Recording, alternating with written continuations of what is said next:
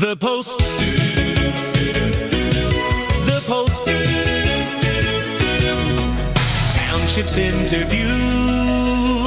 Don't forget breaking news. The Post, the Post, the Post. Welcome to the Pulse broadcast. I'm William Crooks, editor of the Pulse of the Eastern Townships. On today's episode, a man about to run across Canada for the climate, and a political scientist breaking down Alberta's independence movement. Two big stories. Let's get into it.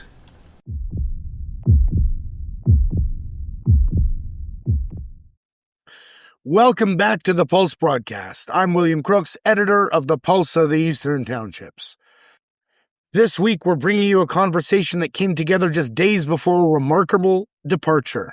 Steven Guérard is a former RCMP national security investigator and correctional officer who walked away from a career in public safety to do something few people would even consider: run across Canada, alone, with a backpack and a tent. Steven leaves Sherbrooke City Hall this Monday morning at 8:30, bound for Vancouver, covering 40 to 60 kilometers a day through whatever weather and terrain the country throws at him. His project, Environment Beyond Borders, is about climate change, not through words, but through action and sacrifice. Joining him on the line was his communications partner, Lucie Battaglia, a seasoned member of the Sherbrooke running community who will be at his side on day one. Here's my conversation with Steven and Lucie. Tell me a little bit about the beginnings of it, where the idea came from. Yes, exactly. Okay, so I just want to let you know I'm not a professional runner, but the first marathon I did is 2 years ago. So yes, I have a little background of running. I really love running, but for me, the idea of running across Canada is to deliver a strong message to all the across the Canadian community, because this message is not about words, it's about action. It's a call to action and sacrifices. Because at the time we speak, the climate change are evolving 24 hours. And it is exactly, and there's a lot of species suffering at the time we speak. And the message of get out of your box, the thinking behind this is that we have to believe it. We have to believe it we have to see it to believe it. Excuse me, my English is not it's my second language. Yeah. But it's not. But that's the purpose of this project. I leave my comfort zone because I think that's the only way to adapt to these climate change. So that there's a lot of things I want to bring into light during this project, which is why I leave. I'm leaving everything behind me this is a sacrifice I think that a lot of people have to do if we want to have a change to survive to this climate change. So I would say this is the context of the project Environment Beyond Borders. By the way, I'm here with Steven. My name is Lucie. I'm a partner in the project. I'm the one taking care of communications. So Okay. he explained it quite well. And the idea is just to raise awareness about climate change by he's going to be directly exposing himself to the conditions right in nature. Help plan his itinerary. He's going to be going through parts of the Trans-Canadian Trail, so he'll be exposed to the elements and documenting what he experiences along the way. So heat waves, storms, more intense than we've seen before, etc. You're starting from Sherbrooke. Is that tomorrow? Yes, no. So it's Monday. So Monday at 8:30, I will pronounce a speech out loud at the City Hall of Sherbrooke. Right. And then right after, I will be on my departure with my colleague Lucie. So So the plan is to travel approximately 40 to 60 kilometers a day. Okay. Because my purpose is to run across the country in 4 months. So, which is why my objectives, my daily goals are to travel 40 to 60 kilometers a day. 40 to 60. So that's like more. That's like a marathon and a half almost. Yes, exactly. And Okay. I don't know if you saw, but Steven did his first attempt for this expedition across Canada last year, and he managed to get to the western side of Ontario. He made it to 1,092 kilometers, doing that same kind of distance per day. Oh, So great. this year he's more prepared. He's had support from a running coach, and I think the conditions are going to be correct, so he can go as far as he can and attempt to reach Vancouver.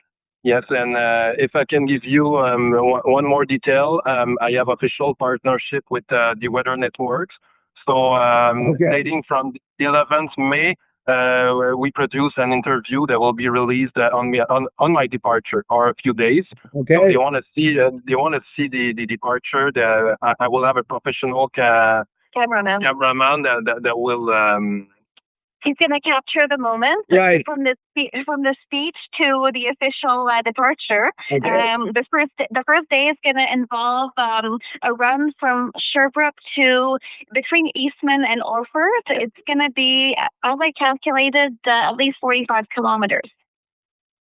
Right. Okay. And tell me, like, are you running along major highways? Are you running along back trails, dirt roads? Like what's your plan? As a former RCMP officers, I know pretty much. I know pretty much the law. So my itinerary that I thoroughly worked with my colleague. Yeah. We managed to not travel along the official highway. So it will be. So I will prioritize the Canadian Trail. And there's going to be a lot of secondary roads in Quebec. Yes. And it is a matter of time before I unveil the official itinerary.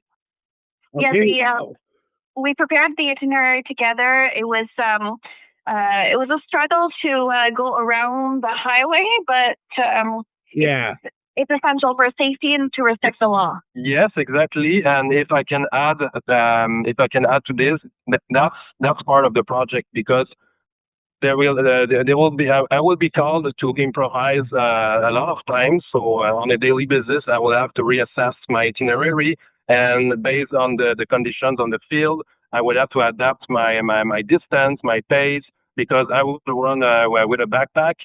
So contrary to last year, I have no official support crew, but that's part of the project. So I want to prove people that it is up to us to adapt to nature. So that's the purpose of climate change. So that's why I make this sacrifice to inspire people, and it's a call to action sacrifice. And this is the only way to have a chance to have a greener planet. Without necessarily having everyone run across Canada. Yes, right. The idea is to get people to be more, invite people to be more in touch with nature and how it's shifting day by day, right. as well as to encourage folks to perhaps not use their car for some time and walk or bike to where they need to go. As a partner in Steven's expedition, personally, I don't drive for climate reasons, so for me, getting on board with this part of the expedition is something that's really in line with my values. Mm-hmm. I got one more question. Where are you going to sleep? Are you tenting? Are you? How does that work? That's a good question. I've worked really hard to get sponsors, example from the hotels along my itinerary. Okay. To this day, I have no official partners that will be able to dwell me. But once again, go ahead.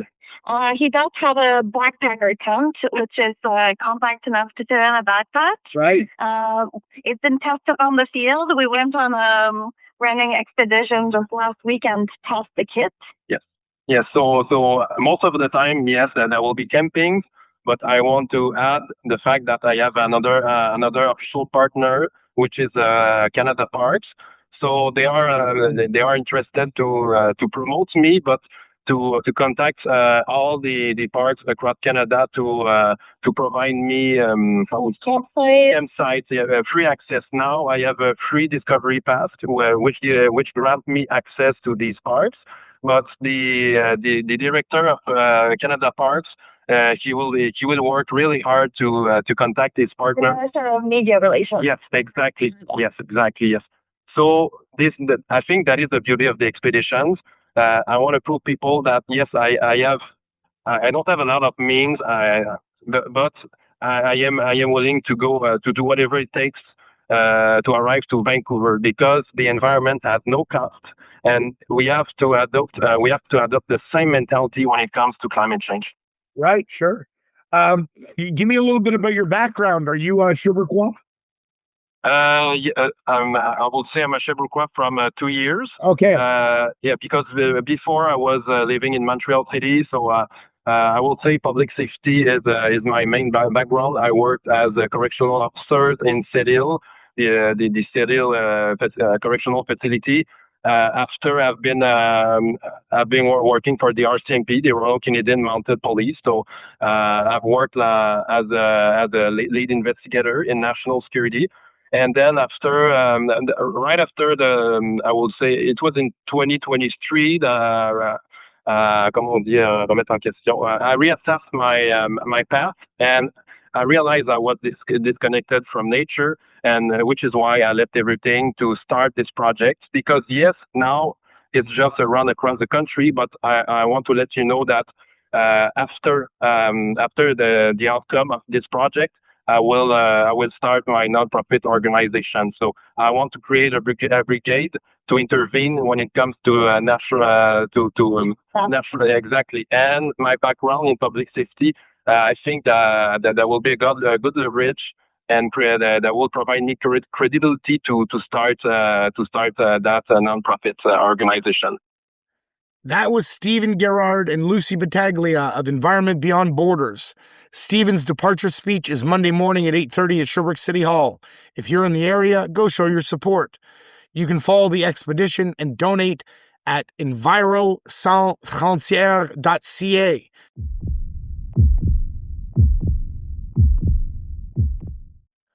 Welcome back to the Pulse broadcast, your window into the stories shaping life in Quebec's Eastern Townships and beyond. Today we're stepping outside the region for a conversation that has real implications for the future of this country. Alberta's independence movement has been making headlines for months.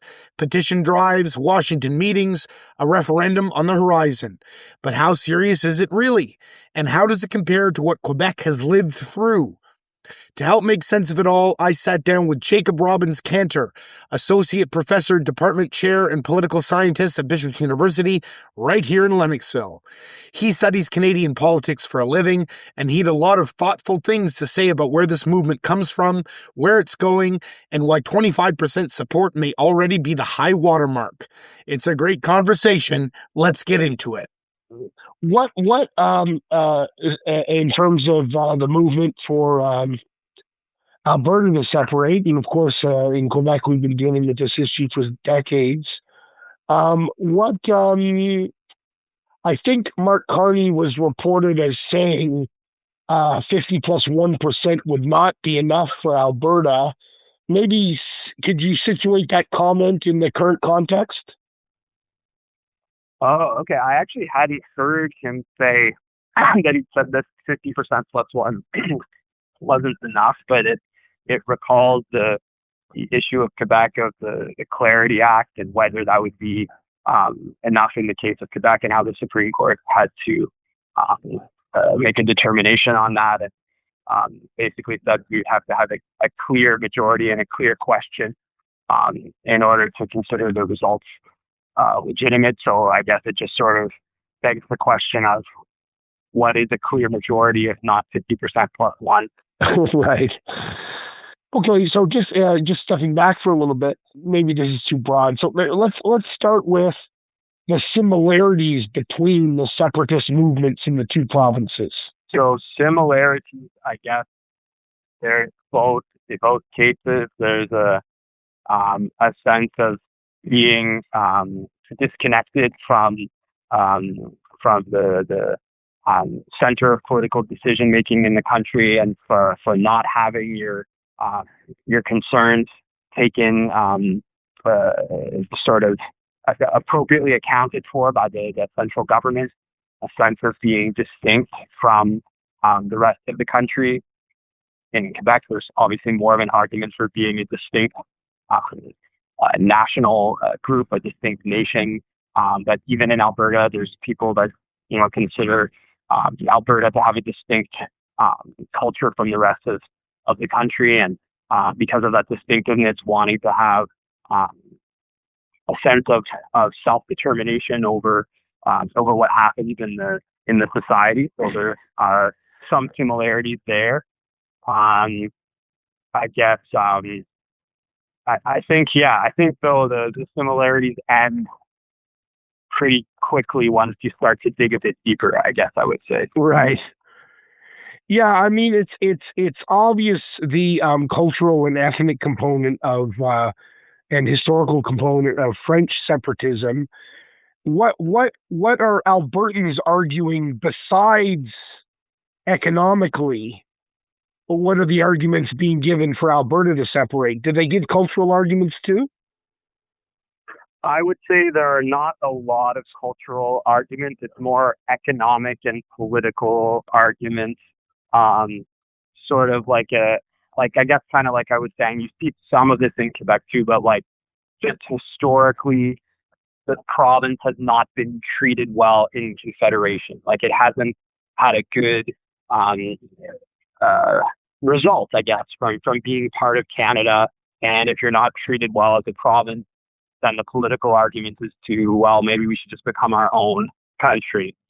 And that's different than the economic argument of we are, in Alberta, the argument is that they're contributing a lot to the country economically, basically because of the oil and gas sector and the natural resources that are found in the province. And because of that, we could be economically better off if we kept all of that prosperity for ourselves and became independent. So I'd say that's a different. There's economic arguments, there's political arguments, but you said is there cultural arguments? I mean, maybe a somewhat sense of Alberta having its own. There are cultural qualities to the province, being a Western province and having more of a frontier sort of identity, having more in common with an American political culture in some ways, and the importance of the oil and gas sector in the province that goes actually beyond just like an economic role, but arguably maybe some sort of cultural effect as well. Like even the hockey team being called the Edmonton Oilers and things like that. So Right. yes, I think the cultural arguments are secondary, but they may be there as well. Right. Now, do you happen to have a good idea of the relative popularity of separating in the two provinces? Like I'm assuming, even though it's historically not very popular now, relatively speaking, in Quebec, it's still more popular in Quebec than it is in Alberta. Am I right? Yeah, that's right, and it's also more the support in Quebec is more solid.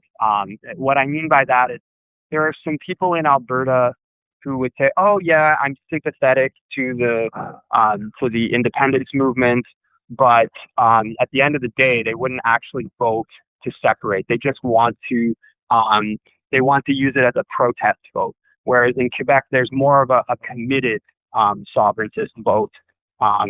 So it's a larger, although it's surprising, it's not that much. The support is not that much more in Quebec right now, at least, than it is in Alberta. But I would say it is still larger, and it runs deeper, and it's a more solid support. And I can get into the numbers if you want to. Sure. So at least the latest numbers that I've seen in Alberta, and the thing is, it depends how you phrase the question, and when you poll people in Alberta, if you allow people to say that they're unsure, because sometimes when you poll, you say, would you vote to remain in Canada? Would you vote to leave? Or are you unsure? and sometimes you don't get the unsure option. So it depends on that. But basically, support in Alberta for separation is like in the 25% range. So that's like 75% no and 25% yes. Okay, it's that high. Wow. Okay. Yeah, and again, it depends on the wording of the question. Right. It depends on if you include undecided, but it's relatively high.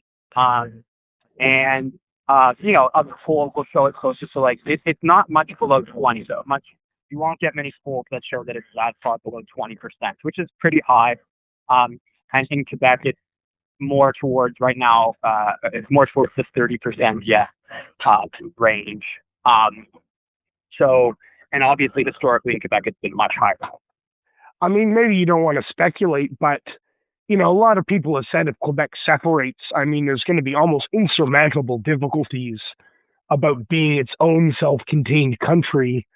It would have to get its own. I mean, just working at the details of how that would work, seem, or at least being argued by some people as insurmountable. I mean, theoretically, if Alberta separated, would it be easier for them, or would they face? I mean, they'd still be splitting Canada in two. I guess not technically, because you could go around north.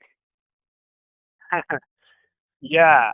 So you could go around north. I mean, it's hard to speculate that like one would be more difficult than the other. Like Quebec has a larger population than Alberta. Right. It could be benefit. Alberta has a lot of natural resources and oil and gas, which Quebec has natural resources too. It's like the real strange and complicated piece of this, I think, is in the current political climate. The American administration, like the Trump administration, seems to be sort of not so secretly supporting Alberta independence because they think that even if Alberta became independent, they might eventually just join the United States. They like the resources that Alberta has, and there are commonalities in political culture between the U.S. and Alberta. So there was a news story, probably a few months ago now, but that there was a pro-Alberta independence group that went to Washington and met with some American politicians and sympathizers to talk about strategy and things like that, and that they're getting support. So there are some people to join the United States. So those projects, there's sometimes like overlap in the people who support those two groups. You mentioned it depends on how you phrase the question. Part of it's a protest vote. To what extent do you think some Albertans are using this as kind of leverage to get a better deal with Canada? Yeah, I think there is an element of that. Prime Minister Carney was saying that he wants to, make things work better for Alberta so that they feel it's probably people that feel they don't want to have to go similar to what I heard in Quebec historically. Right. But yeah, I think that there is a sense that they could use it as a protest vote to kind of get the federal government to pay attention more. But I don't know how effective that's going to be because, like, in Quebec, it's more effective in Quebec because there's way more people that support independence, and it's like a plausible thing that could actually happen. It's not when the support is acting out at like 25%. It's not really a plausible threat. So I don't think it works quite as well. I mean, do you envisage any kind of future where we'd go above 25%? I mean, what would even need to happen?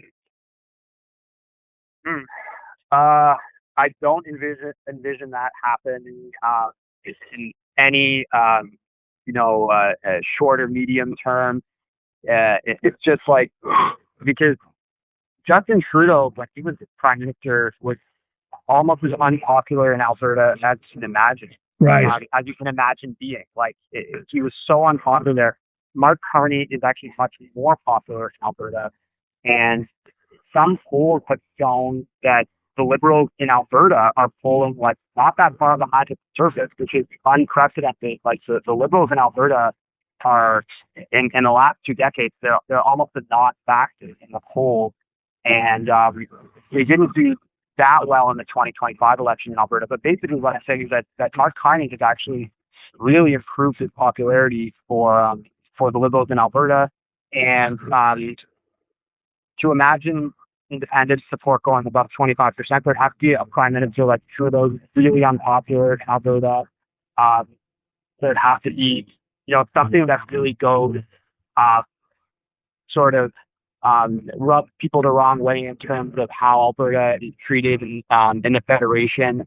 I think that Danielle Smith is not has shown signs that she's not the most committed to Canada as to Alberta as staying in Canada. She's given a lot of mixed messages in order to please her base, because her party base has a lot of people in the base who are pro-independent and then a lot of people who are not. So she's trying to sort of play both sides of that. But I don't see it going above 25%. I think that Alberta is a more diversified place economically, more people from other provinces are moving there, more immigrants from other countries are moving there. So, like, if I look at the future of the independence movement there, to me, it looks like it's just going to get worse for that side. And it might even, 25% might be the high water mark. Right. Okay. Did my questions miss any important aspect of the issue? I don't think so, mate. Yeah, I guess just the role of Danielle Smith in all of this. Right. Which I touched on a little bit, because she's dancing a delicate dance in terms of trying to say that she personally does want Alberta to stay in Canada, but that she is still going to allow referendums to happen, and that she won't really talk tough to the pro-independence side, because she knows there's a lot of people in her own party who are pro-independence, and her first concern is she needs to keep the leadership of her own party, because the last premier of Alberta, Jason Kenney, was basically thrown out by his own party. There was a leadership review, and there was a faction of the party that was more further to the political right, and they didn't like how he handled COVID in particular, and so they kicked him out basically as leader and then as premier, and that's how Danielle Smith became premier. So she's, of course, worried that she could also be removed as leader. So she's trying to stay, popular enough with her base to keep the leadership of the party, but then also mainstream Alberta in his public opinion against independence. So she can't be referendum campaign. Will she campaign out overtly for the Remain in Canada option? Will she be more neutral? It'll be interesting to see that. That was Jacob Robbins-Kanter, Associate Professor and Chair of the Department of Politics and International Studies at Bishop's University in Lennoxville. A big thank you to Jacob for taking the time. It's always a pleasure having a scholar of his caliber just down the road. If you want to read the full written piece that accompanies this interview, you can find it at posttownships.com. And if you enjoyed today's episode, please share it with someone who's been following the Alberta story. There's a lot of noise out there, and conversations like this one help get through it. Until next time, I'm William Crooks. This is the Pulse of the Eastern Townships broadcast. And always remember, keep that finger on the pulse.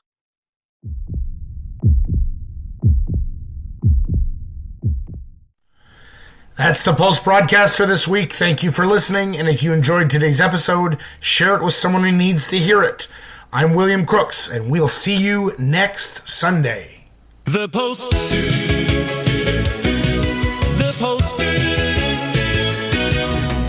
Townships interviews. Don't forget breaking news. The Post, broadcast just for you.